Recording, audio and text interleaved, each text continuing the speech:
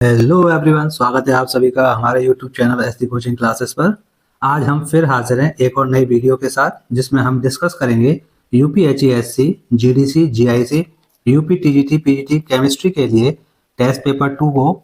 Test paper 1 हम already अपने channel पर अपलोड कर चुके हैं। अगर आपने अब तक हमारे इस टेस्ट पेपर 1 को नहीं देखा है तो उसे हमारे चैनल की प्लेलिस्ट में जाकर देख सकते हैं। अगर आपको ये वीडियो अच्छी लगे तो इसे लाइक कीजिए, शेयर कीजिए और हमारे चैनल एसटी कोचिंग क्लासेस को सब्सक्राइब भी जरूर कर लें, ताकि इस तरह की और भी नई वीडियोस आप तक सबसे पहले पहुंचती रहें।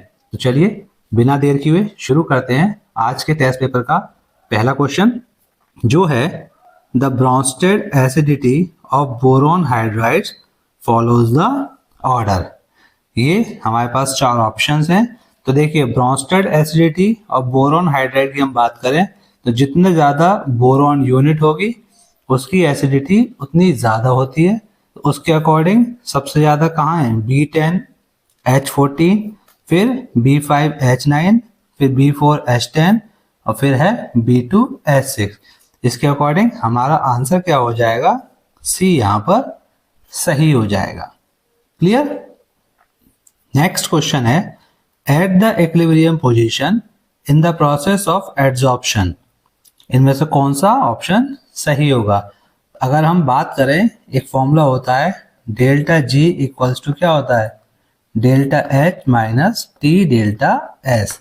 और जब हम बात करें इक्विलिब्रियम पर, तो इक्विलिब्रियम पर डेल्टा जी क्या होता है? जीरो होता है। तो जीरो इक्वल्स टू क्या होगा? Delta H minus T delta S. तो डेल्टा एच किसके बराबर हो जाएगा यहाँ पर? T delta S. तो इसके अकॉर्डिंग हमारा आंसर क्या हो जाएगा यहाँ पर? बी यहाँ पर सही हो जाएगा। क्लियर? अगला प्रश्न है, असर्शन दिया हुआ है separation of zirconium and hafnium is difficult. बिल्कुल सही बात है। जिरकोनियम और हॉफनियम का सेपरेशन डिफिकल्ट होता है। क्यों? क्योंकि ये क्या है? सेम ग्रुप में आते हैं और ड्यू टू लेंथेनॉइड कॉन्ट्रैक्शन इनका साइज क्या है? लगभग एक समान हो जाता है। अगर हम बात करें जिरकोनियम के साइज की, तो ये लगभग 1.45 एंगस्ट्रॉम होता है और ये 1.44 एंगस्ट्रॉम होता है। ये जिरकोनियम किस में आता है? 4D सीरीज में। हॉफनियम किस में आता है? 5D में। तो क्या है? ये सेम ग्रुप में होते हैं। चूंकि लेंथेनॉइड कॉन्ट्रैक्शन इसमें होता है, इसकी वजह से इनकी आयनिक जो इनकी एटॉमिक रेडियाई होती है वो क्या होती है? स्लाइटली सेम हो जाती है, जिसकी वजह से इनका सेपरेशन क्या होता है? डिफिकल्ट हो जाता है। रीजन की बात करें, zirconium and hafnium lie in the same group of the periodic table. ये तो सही बात है कि ये क्या है? सेम ग्रुप में आते हैं, जिरकोनियम 4D सीरीज में और हॉफनियम 5D सीरीज में। लेकिन ये रीजन नहीं होता कि इनके सेपरेशन को डिफिकल्ट बनाता है। रीजन क्या है? ड्यू टू लेंथेनॉइड कॉन्ट्रैक्शन इनका साइज क्या है? लगभग सेम हो जाता है, इसीलिए इनका सेपरेशन टिपिकल हो जाता है। इसलिए हम कह सकते हैं असर्शन और रीजन दोनों सही है, लेकिन रीजन असर्शन को करेक्टली एक्सप्लेन नहीं कर रहा है। तो हमारा आंसर क्या हो जाएगा यहाँ पर? बी यहाँ पर सही है। अगला क्वेश्चन है, at high concentration of soap in water, soap behave as molecular colloid, associated colloid और मैक्रोमोलिकुलर कोलॉइड और लायोफिलिक कोलॉइड। तो देखिए, जब सोप का वाटर में कंसंट्रेशन लो होता है या नॉर्मल होता है, तो वो एक नॉर्मल इलेक्ट्रोलाइट यानी स्ट्रॉन्ग इलेक्ट्रोलाइट की तरह बिहेव करता है। लेकिन जब जैसे जैसे कंसंट्रेशन इंक्रीज होती है, तो हाई कंसंट्रेशन पर वो क्या करता है? एसोसिएटेड कोलॉइड की तरह से बिहेव करने लगता है। और इस कंसंट्रेशन को हम क्या कहते हैं? CMC, क्रिटिकल मिसेल कंसंट्रेशन कहते हैं। क्लियर? हमारा आंसर यहाँ पे क्या हो जाएगा? बी, एसोसिएटेड कोलॉइड यहाँ पर सही आंसर होगा। ठीक है? अगला क्वेश्चन है, nickel can be purified by Mond's process. देखिए, बिल्कुल सही बात है। निकिल मॉन्स प्रोसेस से ही क्या करते हैं? प्योरीफाई किया जाता है। सेकंड है, NiCO4 is a volatile compound decompose to give nickel. ये भी सही बात है, यानी फर्स्ट और सेकंड दोनों सही है। तो हमारा आंसर क्या हो जाएगा यहाँ पर? सी, बोथ आर सॉरी। आंसर क्या हो जाएगा यहाँ पर? डी यहाँ पर सही होगा, बोथ आर करेक्ट। देखिए निकिल जब इम्प्योर फॉर्म में होता है तो वो क्या करता है, 4 कार्बन मोनोऑक्साइड के साथ रिएक्ट करके टेम्परेचर क्या रखा जाता है, लगभग लगभग ग्रेटर देन 300 केल्विन, क्या बनाता है, NiCO4। ये क्या है, एक वॉलेटाइल कंपाउंड होता है। क्या होता है, वॉलेटाइल कंपाउंड होता है। और जब इसे ग्रेटर देन 450 केल्विन पर हीट किया जाता है तो ये क्या देता है, निकिल और CO दे देता है। और ये निकिल कैसा होता है, प्योर फॉर्म होती है। तो इसी प्रोसेस को हम क्या कहते हैं, मॉन्स प्रोसेस कहते हैं। तो पहला भी सही है और दूसरा भी सही है, तो आंसर क्या हो जाएगा, both are correct. Clear. Next है, यहाँ पर एक कॉलम फर्स्ट दिया हुआ है और ये कॉलम सेकंड। हमें इन कॉलम को क्या करना है, आपस में मैच करना है। तो पेंडुलम की बात करें तो पेंडुलम किसका बना होता है, ये पेंडुलम निकिल स्टील का बना होता है। बी है मेलाकाइट ग्रीन। मेलाकाइट ग्रीन का फॉर्मूला क्या होता है, CuCO3.CuOH का होल ट्वाइस। और कैलामाइन क्या होता है, जिंक कार्बोनेट को हम क्या कहते हैं, कैलामाइन कहते हैं। और क्रायोलाइट का फॉर्मूला क्या होता है, Na3Al को हम क्या कहते हैं, क्रायोलाइट। तो A का 2 है और B का 4 है। A का 2 और B का 4, C का 5 और D का 3। तो हमारा ऑप्शन क्या हो जाएगा यहाँ पर, B यहाँ पर सही आंसर है।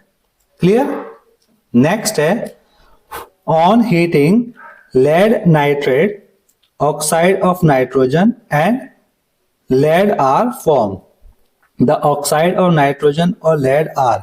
तो जब हम लेड नाइट्रेट को हीट करते हैं तो क्या होता है, लेड नाइट्रेट को हीट करने पर क्या बनता है, लेड ऑक्साइड, NO2 और O2। इस लेड ऑक्साइड का कलर कैसा होता है, ये येलो कलर होता है। और NO2 कैसे कलर का होता है, रेडिश ब्राउन कलर का होता है। तो यहाँ पर जो नाइट्रोजन और लेड का ऑक्साइड बन रहे हैं वो क्या है, PbO और NO2। तो इसके अकॉर्डिंग हमारा आंसर क्या है, यहाँ पर B यहाँ पर सही हो जाएगा। नेक्स्ट है, order of the reaction can be 0 और फ्रैक्शनल। सही बात है, ऑर्डर ऑफ द रिएक्शन 0 भी हो सकती है, फ्रैक्शनल भी हो सकती है, कोई नंबर भी हो सकती है। तो हमारा पहला तो क्या है यहाँ पर पॉइंट सही है। सेकंड है, we can not determine order from the balance chemical equation. ये भी बात सही है कि अगर हमें किसी रिएक्शन के लिए ऑर्डर निकालनी है तो हम उसे एक्सपेरिमेंटली कैलकुलेट कर सकते हैं, ना कि बैलेंस केमिकल इक्वेशन से। हाँ, अगर हमें मॉलिक्यूलरिटी निकालनी है तो हम उसे बैलेंस केमिकल इक्वेशन से कैलकुलेट कर सकते हैं। लेकिन जब बात ऑर्डर ऑफ रिएक्शन की होगी तो हम उसे कैलकुलेट किससे करते हैं, एक्सपेरिमेंटली करते हैं। तो यहाँ पर फर्स्ट और सेकंड दोनों सही है। तो यहाँ पर ऑप्शन क्या है, सी यहाँ पर सही आंसर है। नेक्स्ट है, indicate the complex ion which show geometrical isomerism. तो देखिए जियोमेट्रिकल आइसोमेरिज कोऑर्डिनेशन नंबर 6 और कोऑर्डिनेशन नंबर 4 दोनों शो करते हैं।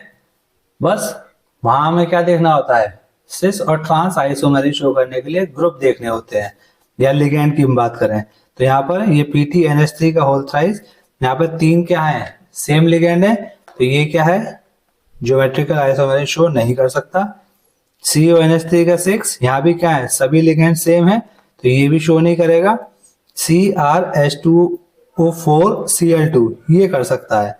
तो हमारा आंसर तो क्या है, सी यहाँ पर सही हो जाएगा। और यहाँ भी देखिए CN5 है, तो ये भी शो नहीं कर सकता।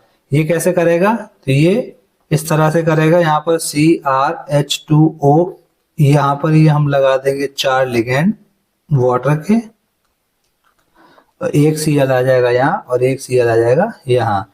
इसी तरह से दूसरा यहाँ Cl लगा देंगे, एक यहाँ Cl, ये H2O, ये भी क्या आ जाएगा H2O, यहाँ भी H2O और ये यहाँ भी H2O। तो यहाँ देखिए ये Cl और ये Cl एक दूसरे के क्या है, अपोजिट है, तो ये इसका ट्रांस आइसोमर है। और यहाँ Cl यहाँ पर क्या है, पास पास है, तो ये क्या हो जाएगा, सिस हो जाएगा। तो ट्रांस और सिस आइसोमर किसमें शो हो सकते हैं, ऑप्शन सी में। क्लियर।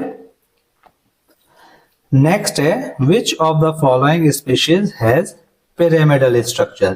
पिरामिडल स्ट्रक्चर यानी अमोनिया टाइप स्ट्रक्चर होना चाहिए।